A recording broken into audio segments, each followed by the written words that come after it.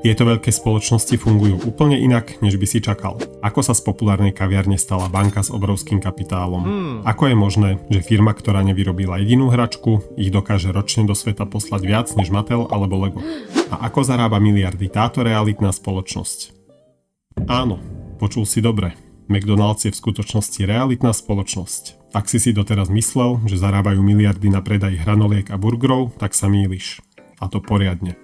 Všetko sa to začalo v 50. rokoch minulého storočia, keď Ray Kroc, predajca mixérov, stretol bratov McDonaldovcov. Kroc si rýchlo uvedomil, že skutočné peniaze nie sú v obracaní mäsa, ale v ovládnutí nehnuteľností.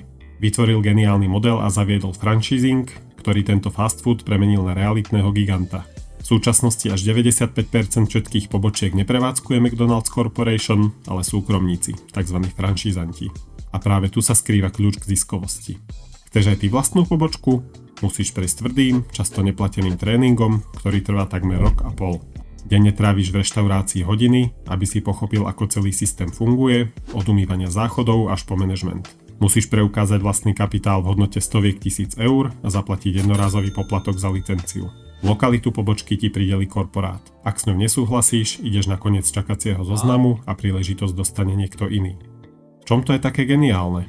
Franšizant platí poplatky za používanie značky, prenajom budovy a pozemku. Okrem toho zo svojho obratu musí pokryť suroviny, energie a mzdy, takže mu ostane zisk len približne 5 až 10%. Firma McDonald's je ale na tomto realitnom modeli extrémne zisková. Marža sa údajne môže vyšplhať až na ohromných 80%. Čo presne to znamená? Predstav si, že si kúpiš varenú kukuricu. What? Tu musel niekto zasadiť, vypestovať, pozbierať, uskladniť a doviesť. Predajca tiež musí zaplatiť mzdu zamestnancovi, ktorý ti kukuricu pripraví. Toto všetko sú náklady. Povedzme, že spolu 4 eurá na jeden kus predanej kukurice. Ty však zaplatíš viac, napríklad 5 eur. Pre predajcu sú to tržby alebo obrat z predaja. Rozdiel 1 euro je potom zisk z predaja. Keď si zisk videliš obratom, dostaneš hodnotu 20%. To je marža. Cieľom firmy je nastaviť maržu čo najvyššie, ale neprestreliť to. Ak by vo výsledku kukurica stála 20 eur, zdala by sa ti predražená a asi by si ju nekúpil. A práve cena 20 eur pri nákladoch 4 eurá znamená maržu 80%.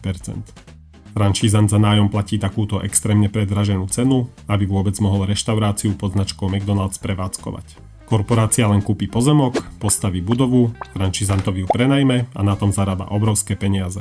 Približne 42 000 franšízových pobočiek na celom svete generuje miliardy amerických dolárov.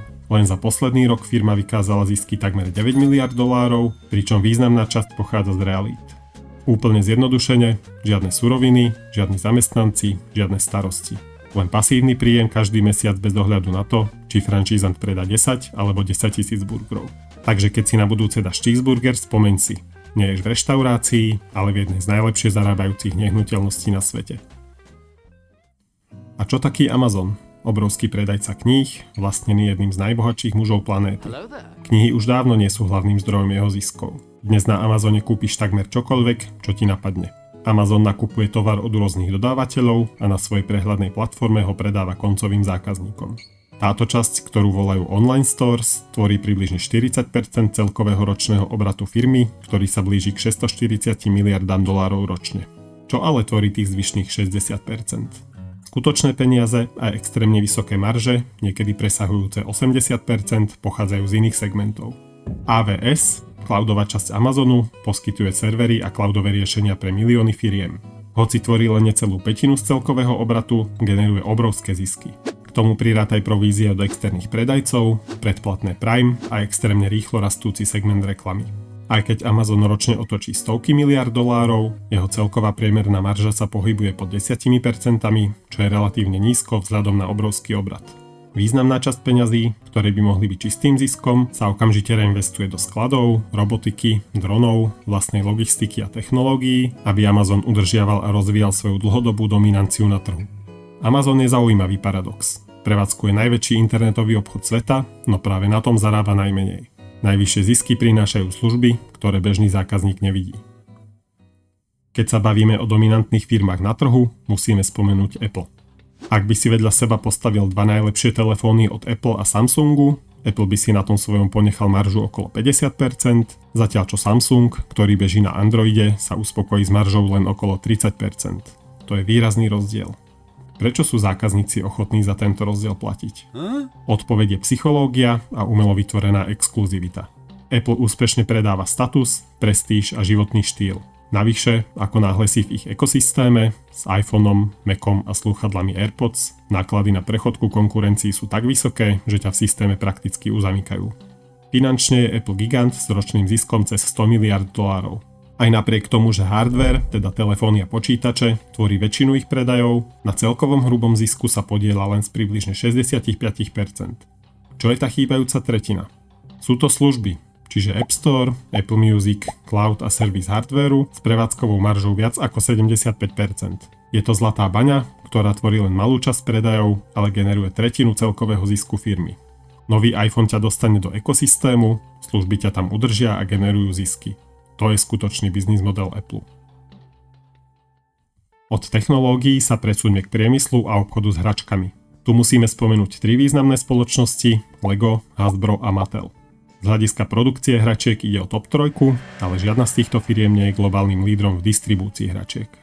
Kto je v tomto odvetví jednotkou a ročne predá až približne 1,5 miliardy hračiek? Dám ti pár sekúnd, skúsi tipnúť do komentárov a keď tam už budeš, nechaj mi prosím na kanáli odber.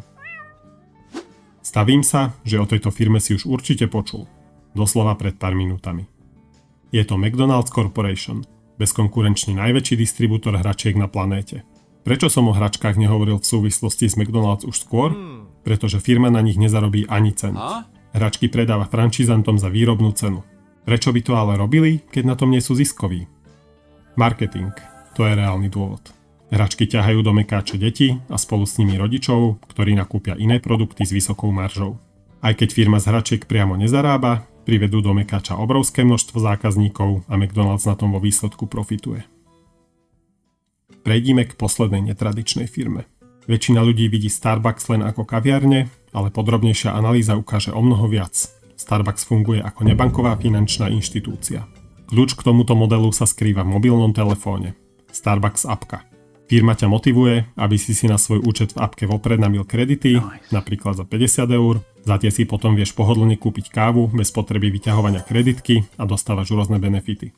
Kým si tú kávu skutočne kúpiš, vložené peniaze patria už firme. Tá s nimi môže pracovať alebo ich investovať. Starbucks si drží tvoje peniaze, kým ich nevyužiješ, ako keby si mu ich na chvíľu požičal. V USA sa objem takto uložených a ešte nepoužitých financií pravidelne pohybuje nad sumou 1,5 miliardy dolárov. To je viac, ako majú mnohé regionálne banky a za tieto pôžičky Starbucks nemusí vyplácať žiadne úroky. Geniálne. Na Slovensku táto apka zatiaľ nie je dostupná, ale v susednom Česku si už vieš takýmto spôsobom dobiť kredit v rámci programu Starbucks Card. Takto Starbucks hackuje systém a funguje v podstate ako neregulovaná banka bez vyplácania úrokov zákazníkom. Tieto firmy dokazujú, že biznis je často viac než predaj produktu. A nie všetko je vždy také, ako sa zdá na prvý pohľad.